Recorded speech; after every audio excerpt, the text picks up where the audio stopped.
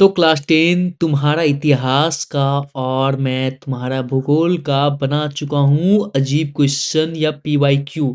भूगोल का, ठीक है ना। 21 क्वेश्चन या तुमसे उसे कम वाला जो तुम्हारा अजीब क्वेश्चन है, जो तुम्हें एग्जाम में दिखता है, या तुम्हें पीवाईक्यू जो एक दो बार आया है वो दिखता है, उसका आप टेंशन खत्म, ठीक है ना।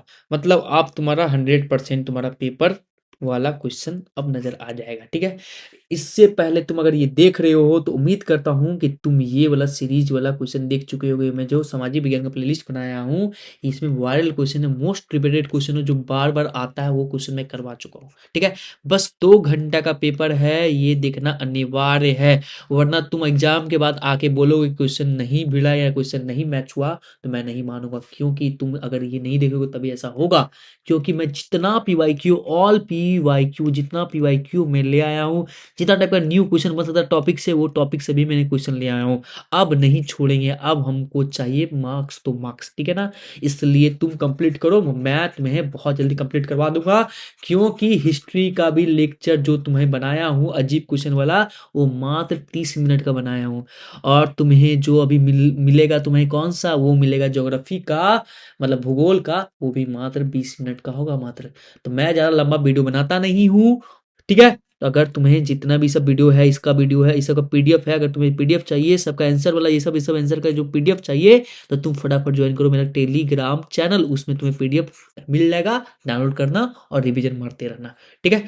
चलो मैं स्टार्ट करता हूँ बिना लेट किए हुए। तो फटाफट इसको इरेज करते हैं और चले आते हैं अपना पढ़ाई पे। तो क्वेश्चन है क्या, तो सुन रहे बच्चा, क्वेश्चन क्या है। 21 लिखा हुआ है, लेकिन 21 क्वेश्चन होगा नहीं, कम ही होगा, ठीक है। जितना हो सके खंगाल के मैं क्वेश्चन ले आऊं, मैं बोला था खंगाल के लाऊंगा, ले आया हूं मैं खंगाल के। देख भैया क्या है, किसी देश की आर्थिक विकास में सार्वजनिक क्षेत्र का क्या योगदान है, ठीक है ना। सार्वजनिक क्षेत्र का क्या योगदान है, व्याख्या कीजिए। तो मैं 5 पॉइंट लाया, 5 पॉइंट याद कर, बस निकल। सार्वजनिक क्षेत्र सबसे बड़े बड़े उद्योग लगातार रोजगार देता है। सार्वजनिक क्षेत्र जो होता है, बड़े उद्योग लगातार रोजगार देता है, रोजगार देने का काम करता है सार्वजनिक क्षेत्र, ठीक है ना। सड़क, बिजली, पानी जैसे सुविधा देता है, सड़क, बिजली, पानी से सुविधा देता है कौन, सार्वजनिक क्षेत्र है, ठीक है। क्या है तुम्हारा, फिर क्या है, जरूरी वस्तुएं सस्ती दर पे उपलब्ध कराता है, जरूरी वस्तुओं को सस्ती दर में देता है, सस्ता कर देता है उसको। देश की आय और उत्पादन को बढ़ाता है, देश की आय उत्पादन को बढ़ाता है कौन, आर्थिक विकास में, आर्थिक विकास में सार्वजनिक क्षेत्र, क्या तुम्हारा सार्वजनिक क्षेत्रक या क्षेत्र, ठीक है। गरीब लोगों को कल्याण का काम करता है कौन, सार्वजनिक क्षेत्रक, ठीक है। कीवर्ड क्या है तुम्हारा, रोजगार, सुविधा, कल्याण, कौन, सार्वजनिक क्षेत्र देता है। क्लियर हो गया तुम्हारा क्वेश्चन नंबर 1। क्वेश्चन नंबर 2 में आते हैं। तुम्हारा क्वेश्चन नंबर 2 क्या है, विदेशी व्यापार और विदेशी निवेश में अंतर स्पष्ट कीजिए। हो गया अंतर स्पष्ट, टेंशन मत ले। ये रहा तुम्हारा क्या, विदेशी व्यापार और ये विदेशी निवेश, इसी तरह अंतर दिखेंगे तुम्हारा। ये रहा विदेशी व्यापार, ये हो विदेशी निवेश, ये विदेशी व्यापार, ये विदेशी निवेश। तुम ऐसे करके भी लिख सकते हो, विदेशी व्यापार विदेशी निवेश करके, ठीक है। चलो बच्चा फिर देखते हैं तुम्हारा विदेशी व्यापार में देश के बीच वस्तुओं का खरीद बिक्री होता है, ठीक है ना। विदेशी व्यापार में विदेश गए तो क्या करेंगे, उसे कुछ खरीदें या उसको बेच दिए। लेकिन विदेशी निवास क्या होता है, दूसरे देश में कंपनी पैसा लगाती है, दूसरे देश आ जाएगी, टेस्ला मेरे भारत में आ जाएगी और यहाँ पैसा लगाएगी, तुम्हारा क्या, तुम्हारा पैसा लगाएगी। क्लियर नहीं क्लियर। फिर क्या दूसरा पॉइंट में, विदेशी व्यापार का उद्देश्य व्यापार बढ़ाना, वो व्यापार बढ़ाती है, कुछ कभी ये देश कभी वो देश, सब जगह बढ़ती है। लेकिन विदेशी निवेश का उद्देश्य लाभ कमाना, वो कमाना चाहती कंपनी लगा के, उद्योग लगा के, ठीक है। उद्योग लगाना, लाभ कमाना। विदेशी व्यापार माल का आदान प्रदान करना, माल का आदान प्रदान, माल यहाँ भेजे, उधर माल तो उधर से माल लाए तुम्हारा। विदेशी निवेश में पूंजी का निवेश होता है, क्या तुम्हारा पूंजी का निवेश किया जाता है तुम्हारा, ठीक है। चलो ये तुम्हारा क्वेश्चन आसान था, 3 मार्क्स में आएगा तो इतना फिट कर देना, ठीक है। खरीदी बिक्री, कंपनी से कंपनी, तुम्हारा क्या, पैसा लगाता है कंपनी, व्यापार बढ़ाना, फिर तुम्हारा लाभ कमाना, उद्योग लगाना, माल का आदान प्रदान या पूंजी का निवेश, ये तुम्हारा पॉइंट बता दिए, तुम्हारा कोई दिक्कत नहीं है। चलो बच्चा, अगला क्या है, अगला ये है क्वेश्चन तुम्हारा क्या, साख के प्रमुख सूत्रों को व्याख्या कीजिए। साख, ठीक है, औपचारिक रूप से, अनौपचारिक रूप से। तो पहले लिखते हैं औपचारिक रूप। औपचारिक स्रोत क्या है तुम्हारा, बैंक और सहकारी समिति, ये सरकार के नियम से चलते हैं और कम ब्याज करते हैं।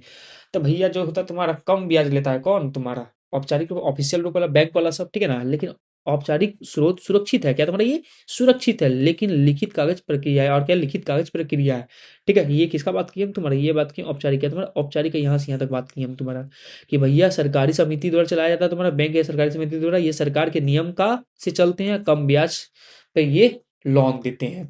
आप क्या सुरक्षित भी है और लिखित कागज पे प्रक्रिया भी चलता है। लेकिन वही बात करें हम अनौपचारिक स्रोत का, तो ये महाजन, व्यापारी, दोस्त, रिश्तेदार से हम लोग पैसा लेते हैं। इसका ब्याज ज़्यादा होता है, ब्याज का मतलब ज़्यादा होता है, नियम कानून कम होता है, नियम कानून कम होता है।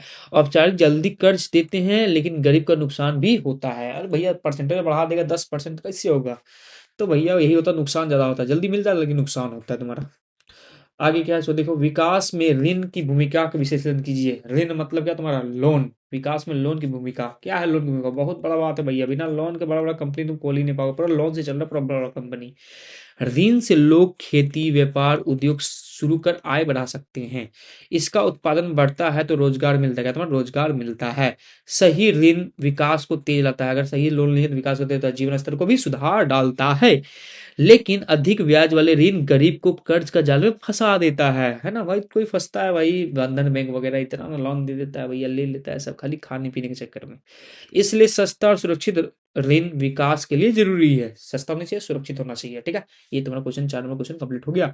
पांचवा देख रहे बच्चा क्या है? अर्थव्यवस्था में मुद्रा की क्या भूमिका है? अर्थव्यवस्था में मुद्रा की क्या भूमिका है? अर्थव्यवस्था में मुद्रा की भूमिका, मुद्रा मतलब पैसा की भूमिका। मुद्रा से वस्तु और सेवाओं का आदान प्रदान करेंगे। पैसा रहेगा तो खेला होगा, है ना? पैसा है तो लोग पूछेंगे कैसा है, आदान प्रदान आसान हो जाता तुम्हारा पैसा से, ठीक है। यहाँ मूल मापने का समान माध्यम है, मतलब मुद्रा से क्या करते हैं? मूल्य को मापते हैं, कितना भैया? 50 टका, 100 टका ना पड़े हम पैसा से। बचत और लेन देन की सुरक्षित करता है, बचत और लेन देन को सुरक्षित बनाता है। तुम्हारा खराब होने का डर नहीं है भैया, नोट लिए और भैया सड़ गया, गल गया, ऐसा कुछ नहीं है, नोट तो नोट है भाई। आगे देखते हैं तुम्हारा, देश की अर्थव्यवस्था में बैंकों की क्या भूमिका है? देश की अर्थव्यवस्था में बैंकों की क्या भूमिका है? बहुत बड़ा भूमिका है भाई बैंक में। सबसे पहले बचत की सुरक्षा है, बचत कर सकते हैं तुम्हारा। दूसरा, लोन ले सकते हैं। तीसरा, पूंजी निर्माण करते हैं लोन लेके। लेन देन का सुविधा, तो भैया किसी को पैसा लेना, किसी को देना है तो भैया बैंक के द्वारा दे देंगे, ऑनलाइन ट्रांजेक्शन। आर्थिक स्थिरता है तुम्हारा, आर्थिक क्या तुम्हारा? अस्थिरता है। ये तुम्हारा है क्या? क्या तुम्हारा भूमिका? बैंक लोगों को बचत सुरक्षित रखते हैं। बैंक लोन देकर व्यापार या खेती बढ़ाते हैं। बैंक विकास के लिए धन जुटाते हैं, विकास के लिए धन जुटाते हैं। बैंक भुगतान को आसान बनाते हैं, भुगतान को आसान बनाते हैं। बैंक अर्थव्यवस्था को संतुलित करते हैं, अर्थव्यवस्था को क्या तुम्हारा? संतुलित करते हैं। बैंक रहेगा तो भैया रेपो रेट कम बेसी कर देगा, लोन महंगा लोन सस्ता कर देगा, तुम्हारा संतुलित करने का काम करता है कौन? Bank bank bank. क्लियर है तुम्हारा?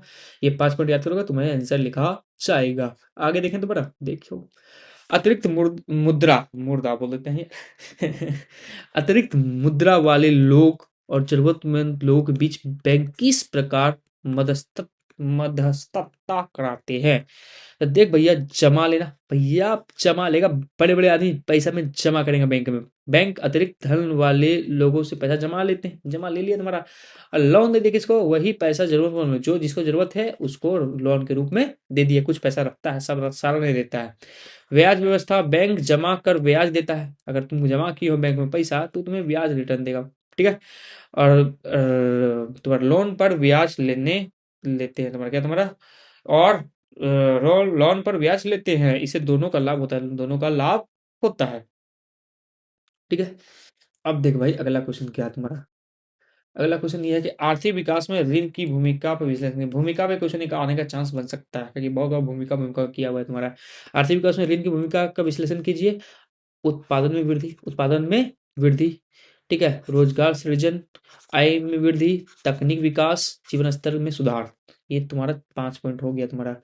कैसे तुम्हारा देख ले, ऋण से किसान और औद्योगिक उत्पादन बढ़ाते हैं, ठीक है। जो लोन होता है, लोन से तुम्हारा क्या है? तुम्हारा किसान और औद्योगिक उत्पादन बढ़ाते हैं। जितना ज़्यादा लोन लेगा किसान, उतना ज़्यादा खेती कर लेगा, उद्योगपति और ज़्यादा बड़े बड़े फैक्ट्री लगा सकता है, ऋण मिल जाए तो। ऋण से नए काम शुरू हो जाते हैं, नए काम शुरू होते हैं, जिससे रोजगार भी मिलता है, रोजगार भी मिलता है। रोजगार से तुम्हारा, ऋण से व्यापार बढ़ता है, लोन से व्यापार बढ़ता है, लोगों की आय भी बढ़ती है। तकनीक विकास, ऋण से कई मशीनों और तकनीकों को खरीदी जा सकती है। ऋण से तुम्हारा कई नई मशीन और तकनीक को खरीदा जा सकता है तुम्हारा, ऋण से, लोन से। लोन से लोगों की जरूरत जरूरत पूरी होती है और जीवन क्या तुम्हारा बेहतर होता है तुम्हारा। हाँ, ये अच्छा होता तुम्हारा, है ना। बड़े बड़े काम हम लोग करते हैं लोन लेके, ठीक है ना, क्योंकि हम लोग पास उतना इकट्ठा पैसा रह नहीं पाता, क्योंकि हम लोग है क्या भाई, हम लोग पुश्तैती फकीर है हम लोग। अगला क्वेश्चन क्या तुम्हारा? ये क्वेश्चन लग रहा भी रिपीट है तुम्हारा। हाँ, रिपीट है क्वेश्चन, रिपीट क्वेश्चन तुम्हारा है, रिपीट हो गया तुम्हारा क्वेश्चन। अब देखिए तुम्हारा, अब क्या तुम्हारा ये हो गया, बहुराष्ट्रीय कंपनी से क्या तात्पर्य या क्या है? वैश्वीकरण में प्रक्रिया में इसकी क्या भूमिका है? भूमिका क्वेश्चन आ गया तुम्हारा। देख भैया, बहुराष्ट्रीय कंपनी एक कंपनी होती है जो एक साथ कई देशों में कई कई देशों में उत्पादन, व्यापार और निवेश करती है तुम्हारा। जैसे मेरा टाटा कंपनी, तुम्हारा क्या, तुम्हारा फोर्ड्स कंपनी तुम्हारा, फिर आ गया तुम्हारा क्या, एलन मस्क का कंपनी टेस्ला, ये सब क्या कर रहा है तुम्हारा, क्या कर रहा है, बहुराष्ट्रीय कंपनी से काम करेगा तुम्हारा। ओस्ला, फिर हो गया तुम्हारा अमेज़न, फ्लिपकार्ट, सब बहुराष्ट्रीय कंपनी है, ठीक है। निवेश बढ़ाना, ये कंपनियाँ दूसरे देश में पूँजी लगाती है और निवेश बढ़ाती है। तकनीक में रोजगार, नई तकनीक लाकर रोजगार बढ़ाती है। वैश्वीकरण को बढ़ावा दे, दूसरे देश को जोड़ने का विषय बनाती है तुम्हारा। ये क्वेश्चन का आंसर तो कहीं मैच मैच जैसा लगता है तुम्हारा, होगा कहीं देखना। क्या है तुम्हारा 11 नंबर क्वेश्चन तुम्हारा। विकसित देशों में विकासशील देशों ने उनके व्यापार और निवेशों का उदारीकरण क्यों चाहते थे, या क्या विकासशील देशों को भी बदले में ऐसी मांग करनी चाहिए? देखते हैं इसका आंसर क्या बोला गया तुम्हारा। क्या विकसित देशों में विकासशील देशों ने उनके व्यापार या निवेश का उदारीकरण क्यों चाहते हैं, कि भाई उदारीकरण आ जाए, खुला बाजार मिल जाए। क्या विकासशील देशों को भी बदले में ऐसी कोई मांग करनी चाहिए? देखते हैं उत्तर तुम्हारा। विकसित देश चाहते हैं कि विकासशील देश व्यापार निवेश के नियम ढीले करे, ताकि आसानी से अपना सामान बेच सके और निवेश कर सके। इससे विकसित देशों की कंपनियां को बड़ा बाजार और ज्यादा लाभ मिलती है। भाई तुम्हारा क्या मांगना चाहिए? हाँ, मांगना चाहिए। हाँ, विकासशील देशों को भी बदले में ऐसी मांग करनी चाहिए कि ताकि उनके सामान को भी विकसित देशों के बाजार के साथ बराबर मौका मिल सके। इससे उनका आर्थिक विकास होगी। हाँ में भी दे सकते हो आंसर, ना में भी दे सकते हो आंसर, जैसा तुमको याद है वैसा दे सकते हो, ठीक है। अगला देखते हैं तुम्हारा। उदारीकरण क्या है? उदारीकरण क्या है? विदेश व्यापार में उदारीकरण का क्या से आप क्या समझते हैं? उदारीकरण, उदारीकरण में उदारीकरण का होगा सरकार द्वारा व्यापार या उद्योग पर लगाए गए प्रतिबंध को कम कर देना, ताकि आर्थिक गतिविधि आसान हो जाए। आर्थिक गतिविधि का तुम्हारा आसान हो जाए, तुम्हारा रोक लगा देगा भैया कि नहीं, अलाउ कर देगा भाई, ऑन कोई दिक्कत, ऑन तुम्हारा कोई दिक्कत नहीं। ठीक है, जैसे हमारे इंडिया के बहुत सारे साइंटिस्ट जाते हैं बिहार पढ़ने, कनाडा जाते हैं तुम्हारा, यहाँ बाहर है तुम्हारा अमेरिका वगैरह। ठीक है, कोई रोक टोक नहीं है इतना कि नहीं नहीं पढ़ने देंगे। विदेशी व्यापार में उदारीकरण का मतलब है कि तुम्हारा क्या मतलब है तुम्हारा, कि आयात निर्यात के नियमों को सरल बनाना, कर और रोक को कम करना, ताकि दूसरे देश के साथ व्यापार बढ़ सके और खुला बाजार मिल सके, अभी देश का विकास हो सके। क्वेश्चन नंबर 13 क्या है तुम्हारा। व्यापार अवरोधक से क्या अभिप्राय है, इससे क्या लाभ है? व्यापार अवरोधक, अवरोधक, तो व्यापार अवरोधक क्या था तुम्हारा? अभी टैरिफ सुनो, टैरिफ लगा था तुम्हारा, ट्रेड टैरिफ। व्यापार मतलब ट्रेड हो गया तुम्हारा, अवरोधक मतलब टैरिफ। वे कर नियम है जिन्हें सरकार विदेशी सामान के आयात पर लगाती है। तो है ना भाई, टैरिफ लगा दी तुम्हारा, हम अमेरिका भेजेंगे तो हमको बहुत ज्यादा टैरिफ झेलना पड़ेगा। ठीक है, अब कम कर देगा, टेंशन नहीं है, देखना भाई कम कर देगा, ताकि देसी उद्योग की रक्षा हो सके, देसी उद्योग का रक्षा हो सके। लाभ क्या है तुम्हारा? व्यापार अवरोधक से देसी उद्योग की सुरक्षा मिलती है। क्या तुम्हारे देसी उद्योग की सुरक्षा मिलती है? स्थानीय उत्पादन बढ़ता है, स्थानीय उत्पादन बढ़ता है, रोजगार के अवसर भी बढ़ते हैं। ये तुम्हारा रहा क्वेश्चन का आंसर। अगला क्या है तुम्हारा, देख ले भैया, अगला क्या है तुम्हारा क्वेश्चन। अगला तुम्हारा क्वेश्चन है क्या, कि बताइए भारत में क्या तुम्हारा, भारत में वैश्वीकरण के 3 सकारात्मक और 3 नकारात्मक प्रभाव लिखिए। भारत में वैश्वीकरण, वैश्वीकरण हुआ तुम्हारा, ग्लोबलाइजेशन हुआ तुम्हारा, उसका क्या दिखा हमारा भारत में? देख भैया, सकारात्मक प्रभाव क्या है? विदेशी निवेश बढ़ा और उद्योग का विकास हुआ, ये तो ठीक है भैया। रोजगार का नए अवसर पैदा हुए, ये भी ठीक है भैया। नई तकनीक, नई बेहतर वस्तु मिली, ये भी ठीक है भैया। तुम्हारा क्वेश्चन पढ़ाया हुआ चीज लग रहा है तुम्हारा। नकारात्मक प्रभाव क्या है? छोटे उद्योग को नुकसान हुआ, छोटे उद्योग को नुकसान हुआ, अमीर गरीब की खाई बढ़ी, अमीर गरीब की खाई बढ़ी, विदेशी कंपनी पर निर्भरता बढ़ी, विदेशी कंपनी पर निर्भरता बढ़ी। ये तुम्हारा क्या था, नेगेटिव पॉइंट, क्या तुम्हारा नेगेटिव पॉइंट्स। अब देखिए तुम्हारा 15 नंबर क्वेश्चन क्या है। भारत में उपभोक्ता आंदोलन की प्रगति की समीक्षा करें। भारत में क्या तुम्हारा उपभोक्ता आंदोलन कैसे हुआ, प्रगति कैसे हुआ, उसके बारे में चर्चा करते हैं चर्चा, लो भाई देख ले। भारत में उपभोक्ता आंदोलन धीरे धीरे मजबूत हुआ। उपभोक्ताओं के अधिकार की रक्षा के लिए सरकार ने कानून बनाए और जागरूकता बढ़ाई। ठीक है, किसके लिए? कस्टमर के लिए। उपभोक्ता संरक्षण अधिनियम से लोग की कानूनी सुरक्षा मिली। उपभोक्ता सुरक्षा अधिनियम से क्या तुम्हारे लोग को कानूनी सुविधा मिली, तो ये सुरक्षा मिली। उपभोक्ता अदालतों की स्थापना से शिकायत का समाधान आसान हो गया, आसान हुआ, ठीक है ना। तो जितने भी अदालत बनाया गया तुम्हारा, कंज्यूमर कोर्ट बनाया गया तुम्हारा, और अदालत बनाया गया तुम्हारा, उसमें शिकायत करेंगे तो उसका क्या होगा, फैसला का समाधान जल्दी होगा। लोगों में अपने आविष्कारों के प्रति जागरूकता बढ़ी तुम्हारा। क्या तुम्हारा अधिकारों का, लोगों में अपने अधिकारों के प्रति जागरूकता बढ़ी तुम्हारा। ये 15 नंबर क्वेश्चन कंप्लीट हो गया तुम्हारा। अब देख रहे हो तुम्हारा 16 नंबर क्या है तुम्हारा।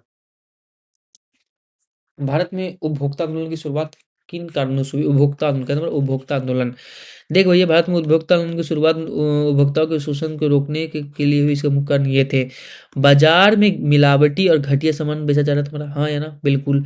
अधिक दाम वसूला जा रहा, अधिक दाम, जैसे ठंडा का मौसम है, गर्मी का मौसम है, गया तो भैया 20 रुपये का कोल्ड ड्रिंक डायरेक्ट 25 रुपये कर देगा तुम्हारा। ठीक है, नाप तोल में धोखाधड़ी, भैया बोलेगा कि भैया 1 लीटर दे रहे हैं, 1 लीटर दे रहे हैं, वहाँ 800 ml देगा, 800 ml देगा। उपभोक्ताओं को जानकारी की कमी, उपभोक्ताओं की जानकारी की कमी, वही बताना पड़ेगा कि भैया देख ले भैया, उपभोक्ता अधिकारियों को मिल चुका है। शिकायत का कोई भी मजबूत कानून ना होना, शिकायत में कोई मजबूत कानून ना होना, इसलिए वही लोग बहुत ज़्यादा मिलावटी कर रहे हैं। गलत बात है, ऐसा नहीं करना चाहिए। कुछ ऐसे कारकों पर चर्चा की जिससे उपभोक्ता का शोषण होता है। कैसे शोषण होता है तुम्हारा? मिलावटी या घटिया सामान बेचकर अधिक कमी, अधिक कीमत वसूलना, गलत नाप तोल करना, इस सब से क्या तुम्हारा, ये सब शोषण तुम्हारा किसका, कुछ कारणों का। क्या है तुम्हारा 98, उपभोक्ता जागरूकता क्यों फैली? देख भैया, उपभोक्ता जागरूकता क्यों फैली तुम्हारा, उपभोक्ता जागरूकता जरूरी था ताकि लोग में अपने अधिकार को समझ सके और शोषण से बच सके। अपना अधिकार समझना है, शोषण से बचना है, उपभोक्ता अधिकार, ठीक है, जागरूकता से सही सामान चुनने में मदद मिलती है, सही सामान चुनने में मदद मिलती है, धोखाधड़ी से बचत होता है, धोखाधड़ी से बचत होता है। ठीक है, उपभोक्ता ना अगर जान जाए तब, जरूरत पड़ी तो शिकायत कर सकते, जरूरत पड़ी तो शिकायत कर सकते हैं। ये रहा तुम्हारा क्वेश्चन नंबर आखिरी। उपभोक्ता सुरक्षा से आप क्या समझते हैं? उपभोक्ता सुरक्षा से आप क्या समझते हैं? उपभोक्ता सुरक्षा का अर्थ है कि उपभोक्ताओं को गलत सामान, अधिक कीमत या धोखाधड़ी से बचाने की व्यवस्था, उपभोक्ता सुरक्षा।